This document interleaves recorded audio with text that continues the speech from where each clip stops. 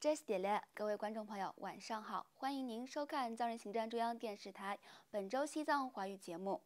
今天是藏历2145年10月15日，公元2018年11月23日。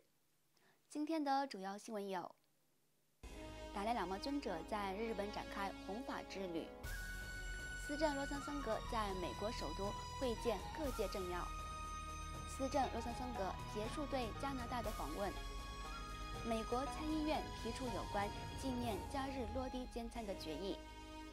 西藏环境研究员指出，猖獗的开发可能是引发西藏江达县山体滑坡的主因。下面请看详细内容。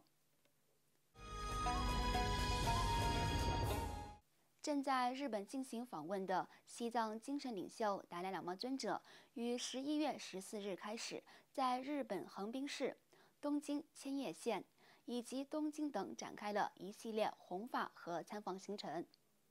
11月14日至16日，达赖喇嘛尊者在日本横滨市国立太平洋会议厅，向来自日本各地、台湾、中国和韩国的数千名信众教授缘起赞、修次中篇、世间自在观音随许灌顶等妙法，强调学习和实践佛法的重要性。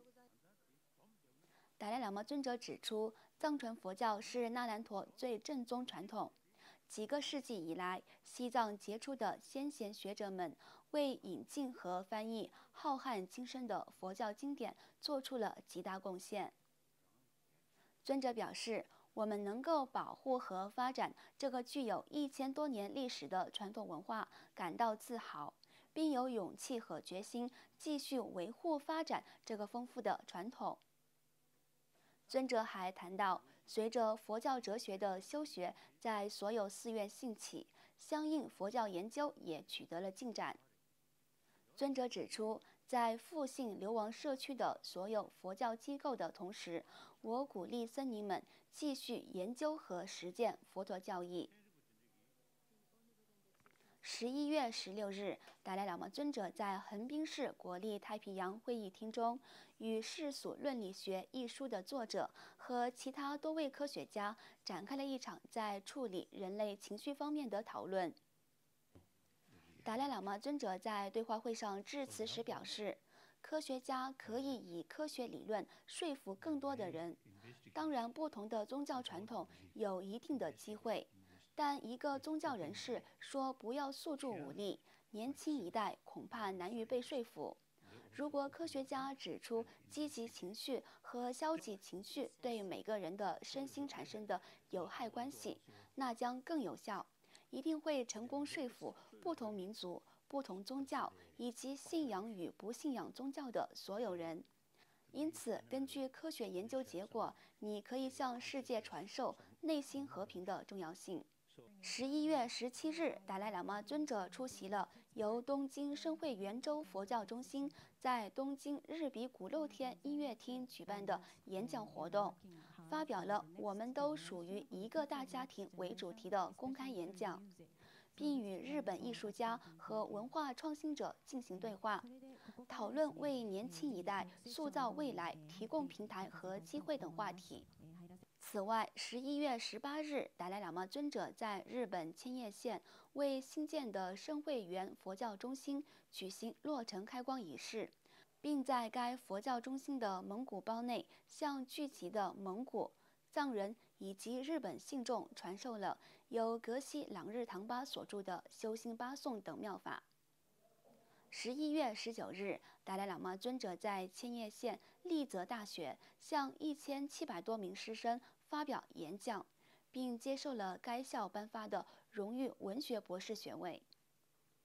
达赖喇嘛尊者在演讲中向学生讲解了慈悲和利他之心的实践方式，以及现代教育机构要在课程中引入慈悲和利他等内在价值观的重要性，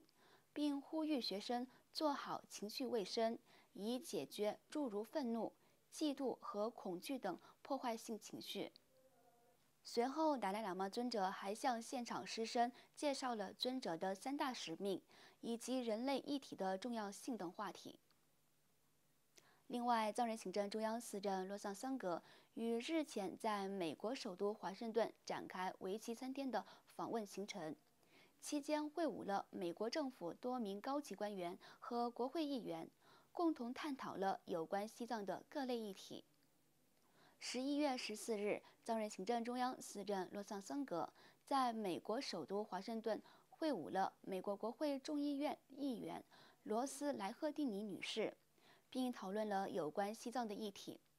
司政感谢赫莱蒂尼女士30多年来对西藏问题给予的极大支持，而赫莱蒂尼女士也承诺将为西藏问题做出更多的努力。当天，司政还与11位参议院和众议院议员进行了圆桌讨论会，共同讨论了包括通过立法推进西藏问题，以及进一步加强宣传中共对西藏的错误政策等广泛议题。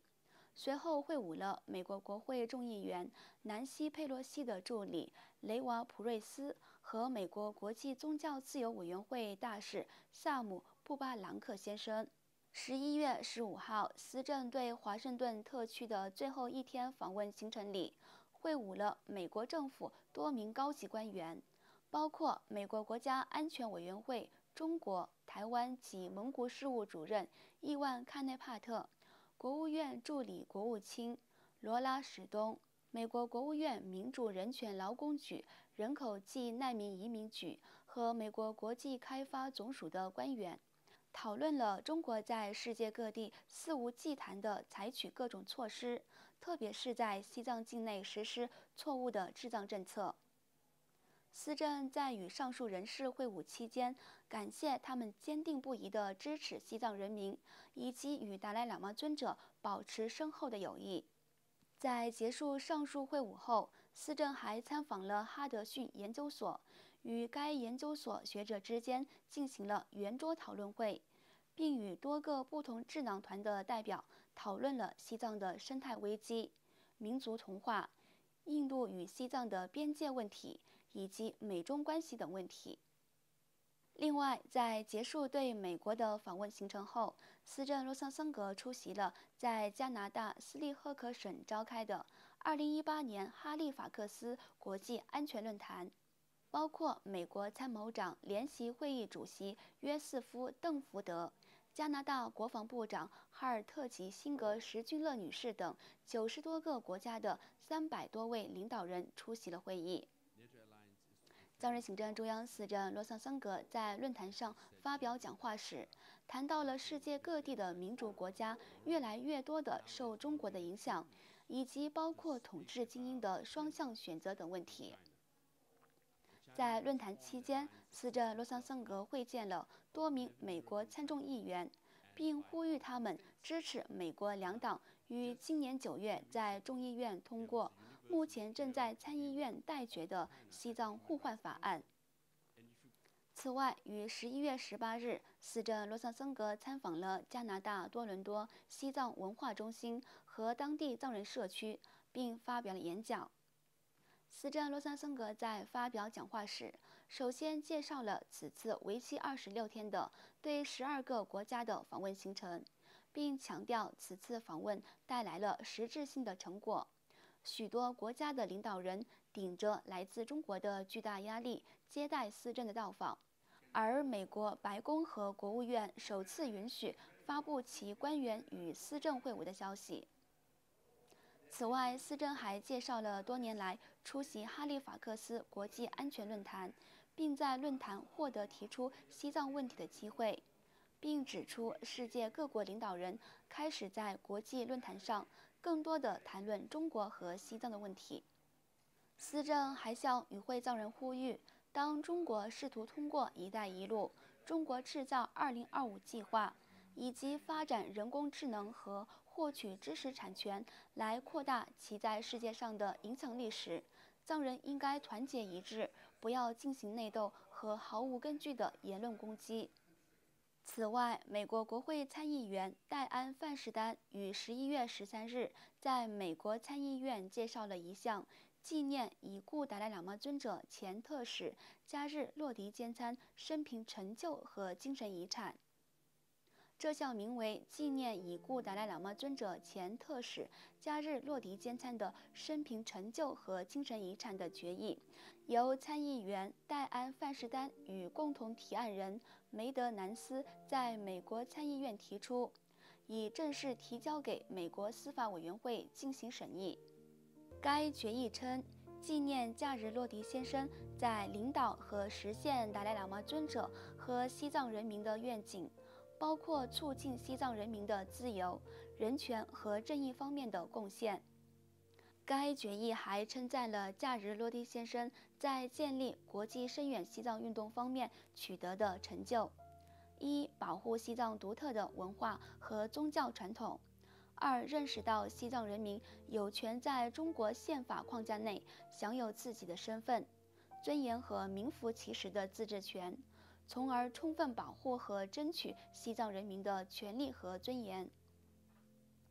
决议还强调，强烈支持西藏的政治解决方案，满足西藏人民的愿望，这是加日洛迪投入毕生精力的事业。请继续收看今天的最后一则新闻。西藏东部江达县和白玉县境内发生严重山体滑坡，引发金沙江断流，形成堰塞湖，造成沿海岸数十个县镇的3万多名居民被迫撤离。对此，西藏政策研究协会环境研究员在接受本台采访时指出，中国当局对西藏的猖獗的开发，可能是引发西藏各地山体滑坡的主要原因。10月11日，西藏昌都地区江达县和甘孜州白玉县交界的波罗乡境内发生山体滑坡，阻断金沙江，形成堰塞湖，水位快速上涨，导致波罗乡多数房屋、农田被淹，当地民众被紧急撤离。在第一次灾难发生20天后的11月3日下午，江达县波罗乡白格村原山体滑坡处又发生第2次滑坡，再次形成的堰塞湖引发洪水，对位于金沙江沿海岸许多县镇和村落造成严重影响，临江周边多数民众受灾。对此，藏人行政中央西藏政策研究协会环境研究员藏拉丹巴坚参在接受本台记者采访时表示，中国政府必须对西藏东部江达和白玉地区交界处的波罗乡发生2次山体滑坡的真实原因要进行彻底透明的科学调查。藏拉丹巴坚参表示，我们对中国政府在第2次发生山体滑坡后对灾区缓慢的应急反应感到失望和惊讶。当局派遣的第1台重型救灾机器在灾害发生的第6天后才赶到现场，并用整整5天时间才将堰塞湖中水排位卸掉。中国政府在此次的灾害中投入的救灾力量与滑坡的规模完全不成比例，因此当局应该在西藏各地建立适当的灾害应对机构，以迅速应对任何自然灾害，因为这些应急措施可以最大限度地减少生命和财产的损失。当局也需要采取预防措施，防止该地区以及青藏高原的其他地区再次发生此类滑坡事件。藏拉丹巴坚参最后呼吁中国当局紧急救援数万流离失所的受灾藏人，并全面迅速地恢复和重建灾民的家园。观众朋友，藏人行政中央电视台本周西藏华语节目就到此结束了，感谢您的收看，我们下期同一时间再会，祝你有个愉快的周末。